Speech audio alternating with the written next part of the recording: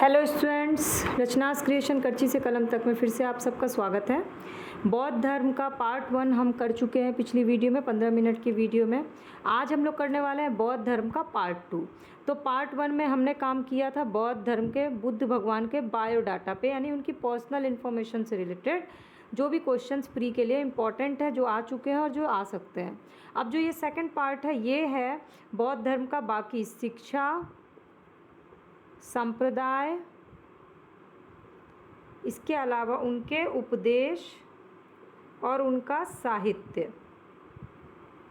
इससे रिलेटेड जो भी इम्पोर्टेंट है। जैसा कि मैंने लास्ट वीडियो में बताया कि प्राचीन भारत का जो धर्म सेक्शन है उसके लिए कुछ स्पेसिफिक किताबें हैं जिसमें धर्म का कलेक्शन काफ़ी अच्छा दिया हुआ है, जो प्री और मेंस दोनों के पॉइंट ऑफ व्यू से इम्पॉर्टेंट है। उन स्पेसिफिक किताबों को कलेक्ट करके उसमें से फैक्ट को जो आपके लिए इम्पॉर्टेंट है मैंने इस वीडियो के थ्रू आप लोग से शेयर किया है। तो 15-15 मिनट की 4 वीडियो के थ्रू आपका बौद्ध धर्म कंप्लीट होगा। 2 वीडियो में आपके जो हैं वो हम लोग पढ़ाई करेंगे और 2 वीडियो में क्वेश्चन आंसर सॉल्व करेंगे, जो मैं पूरे सीरीज़ में यही कर रही हूँ। मैंने पिछले भी सिंधु घाटी सभ्यता, वैदिक काल को इसी तरह 4 वीडियो बनाई है 15-15 मिनट की, यानी 1 घंटे में आपका एक टॉपिक कंप्लीट।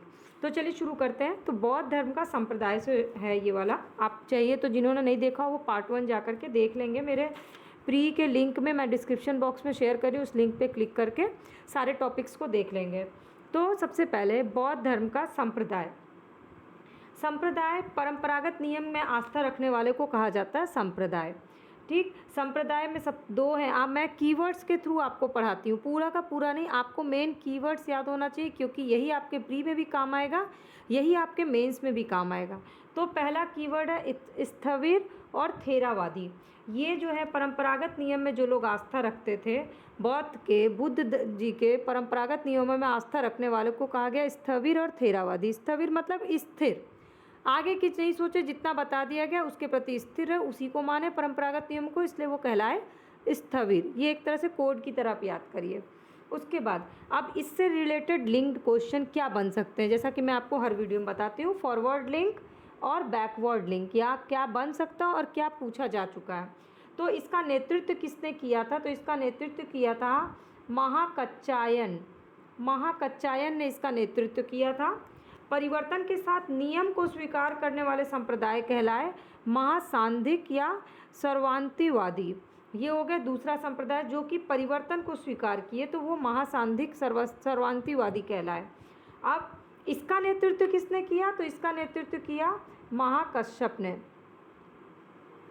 ओके, तो ये 2 लोग हो गए। ये मैचिंग में भी आ सकता है, स्थविर या थेरावादी का महाकच्चायन और महासांघिक या सर्वास्तिवादी का महाकश्यप। अब महाकश्यप जैसे ही आपने नाम सुना, आपको कुछ पिछला अगर कुछ याद आया तो आप बैक में जाइए।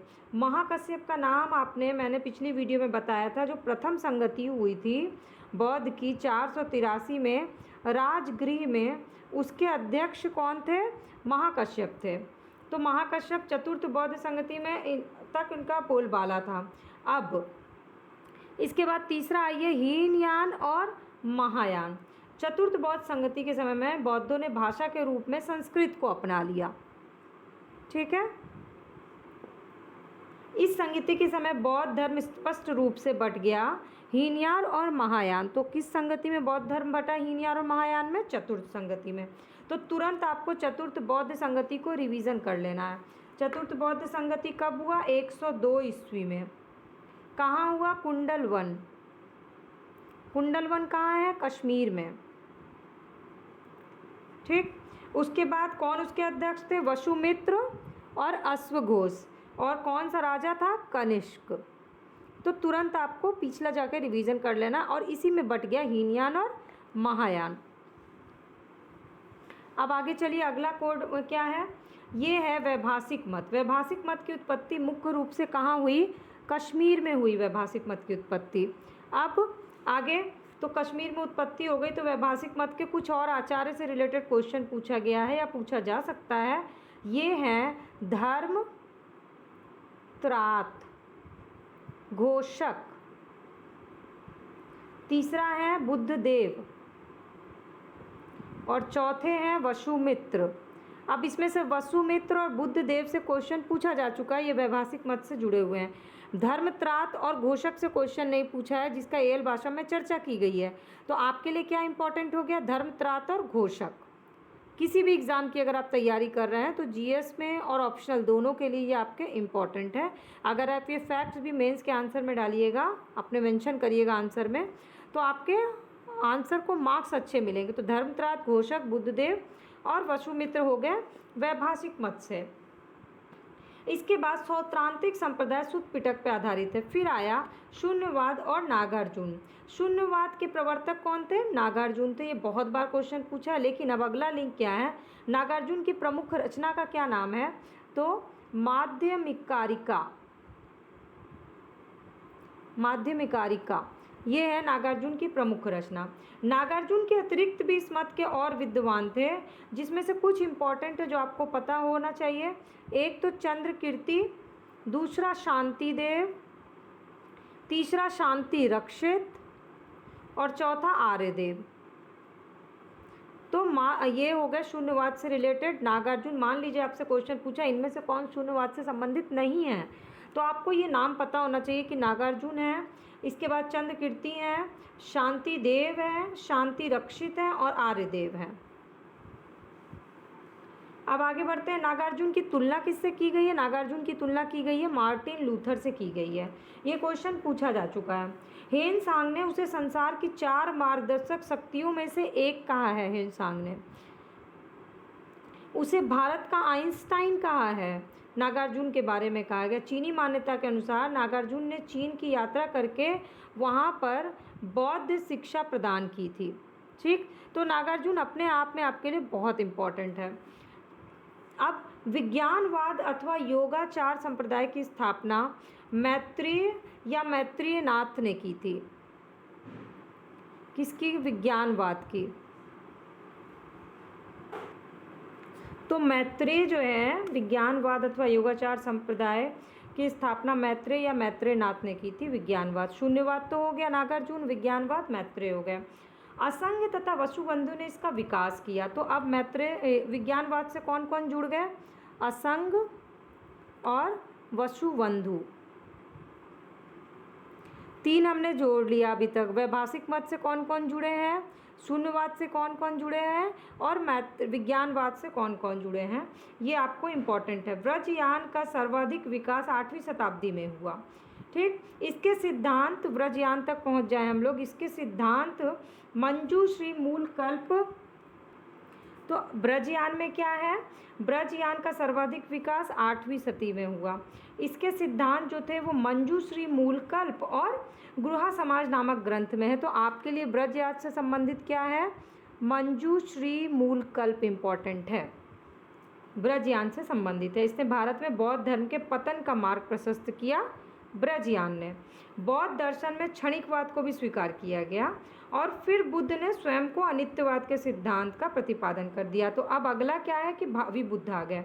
मैत्रेय को बौद्ध परंपरा में, मैत्रेय जो है इनको बौद्ध परंपरा में भावी बुद्ध कहा जाता है और इन्हीं का थीम था बोधिसत्व रखना, जिसको पद्म पाणि, हाथ में कमल लिए हुए, हाथ में जिसके कमल था वो पद्म पाणि कहा गया।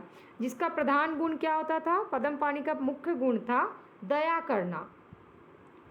तो इस तरह से ये 10 टर्म है जो आपको याद करना है।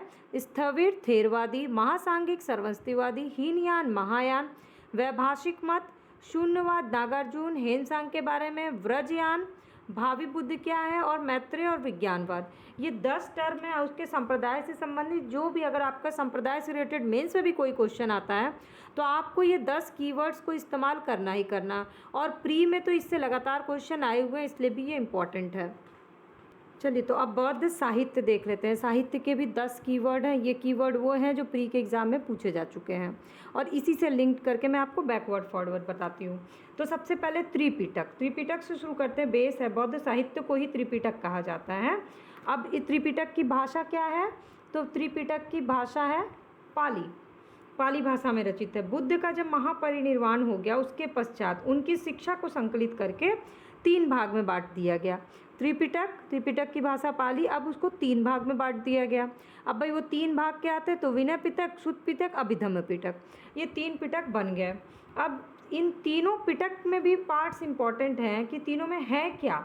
तो विनय पिटक में जो है ना संघ के नियम है, दैनिक जीवन में क्या आचार विचार उन लोग को फॉलो करना चाहिए वो नियम दिए गए हैं, यानी विनय के साथ नियम को फॉलो करिए आप बुद्ध धर्म में। इसके बाद सुत्त पिटक में बौद्ध धर्म के सिद्धांत और उपदेश का संग्रह है, मतलब बौद्ध धर्म के जो उपदेश दिए गए आप सुत्त करके, मतलब लेटे लेटे सोए सोए भी पढ़ सकते हैं, सुत्त पिटक हो गया। ये सब मैं कोडिंग बता रही हूँ पॉइंट ऑफ व्यू से कि आप इस तरह से कोड बना के याद कर लीजिए।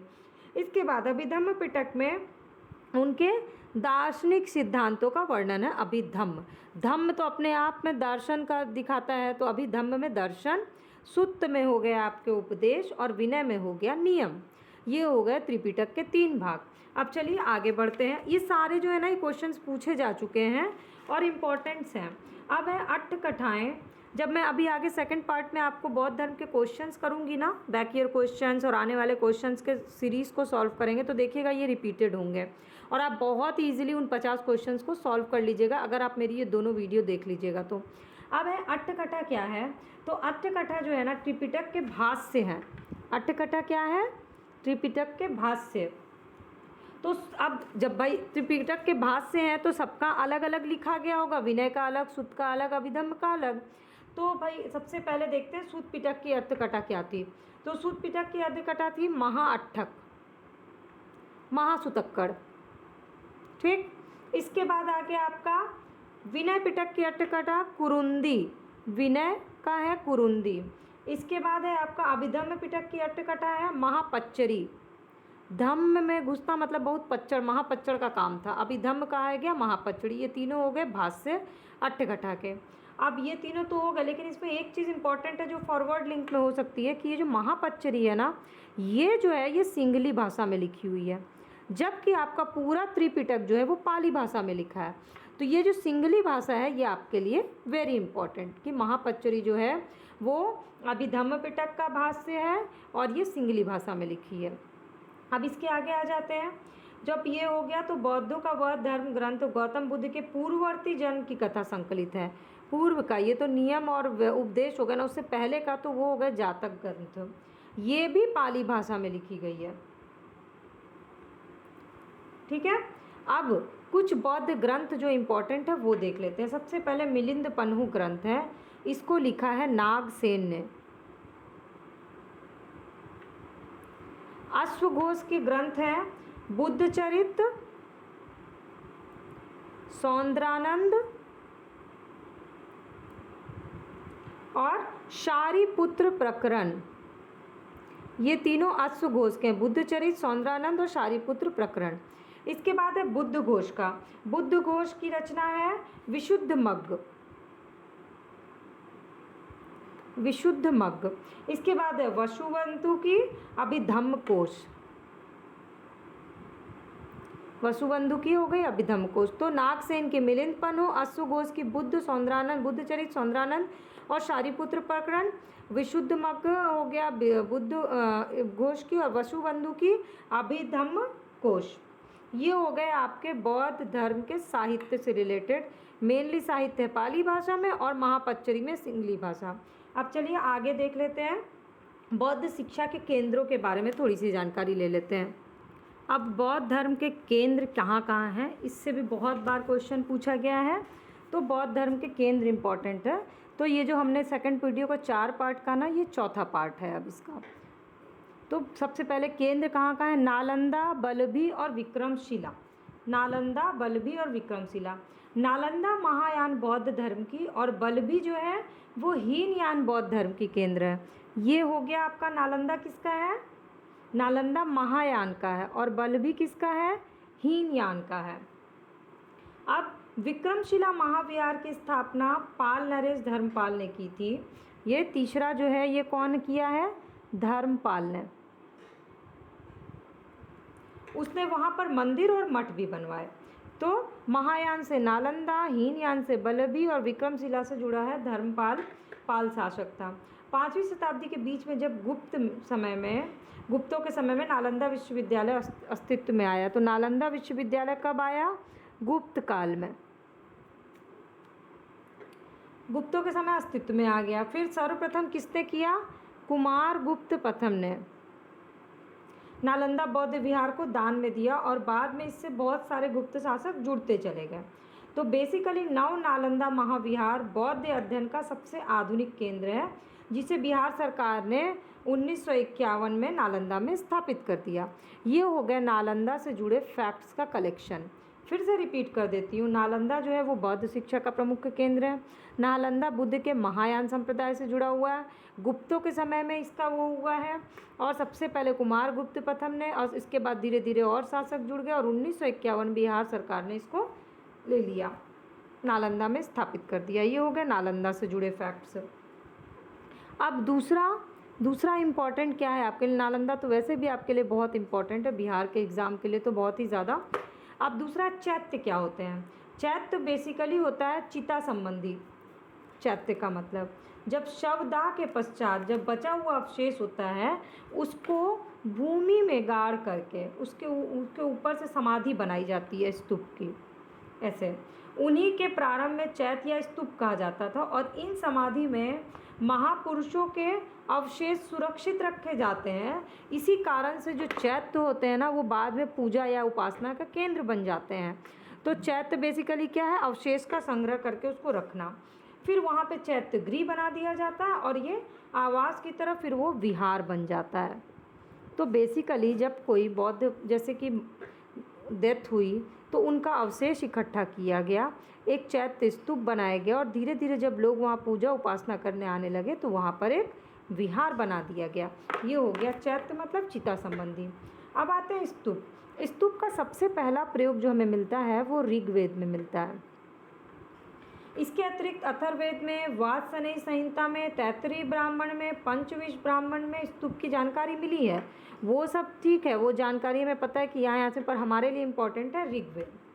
तो स्तूप का शाब्दिक अर्थ क्या होता है? किसी वस्तु का ढेर, वो होता है स्तूप। तो स्तूप का विकास संभवतः मिट्टी का एक चबूतरा बनाया जाता है जिसका निर्माण मृतक की चिता के ऊपर जो बनाया जाता है वो स्तूप होता है और उसमें अस्थियां रखी जाती हैं। तो बाद में धीरे धीरे बौद्धों ने अपना इस तरह से स्तूप बनना शुरू किया, धातु में रखा, फिर उसका स्तूप बनाया, चैत्य बनाया और ये श्रद्धा और उपासना का केंद्र बन गया। लेकिन स्तूप के 4 प्रकार होते हैं।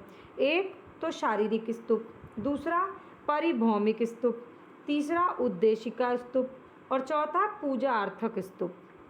कौन कौन से हुए? शारीरिक, पारिभौमिक, उद्देशिका और पूजार्थ स्तूप। अब ये तो 4 चीज़ें हो गई केंद्र से रिलेटेड। अब आखिरी में क्या है? बुद्ध की मूर्ति से रिलेटेड। जो गौतम बुद्ध है ना, उनको एशिया का ज्योतिपुंज माना गया और महापरिनिर्वाण जब मंदिर उत्तर प्रदेश के कुशीनगर में हुआ तो वहाँ पे भगवान बुद्ध की 1876 ईस्वी में उत्खनन के बाद मूर्ति प्राप्त हुई, मंदिर प्राप्त हुआ और इस मंदिर में 6.110 मीटर ऊंची मूर्ति लेटी हुई मुद्रा में रखी गई। उस मूर्ति को उस काल को दर्शाता है जब 80 वर्ष की आयु में भगवान बुद्ध ने अपने शरीर को त्याग दिया। तो ये जो मूर्ति है ये इम्पॉर्टेंट है। तो ये बुद्ध मूर्ति से रिलेटेड क्वेश्चंस इंपॉर्टेंट हो सकते हैं। तो बेसिकली आपका ये पूरा पार्ट कवर हो गया। अब जो नेक्स्ट सेक्शन है वो मैं 50 क्वेश्चन आपको ले करके सॉल्व करेंगे हम लोग और ज़्यादातर क्वेश्चंस इन्हीं टॉपिक से होंगे जो मैंने पढ़ाया है और कुछ अलग हो सकते हैं जो कि पूछे जा चुके हैं या इम्पॉर्टेंट पूछे जा सकते हैं।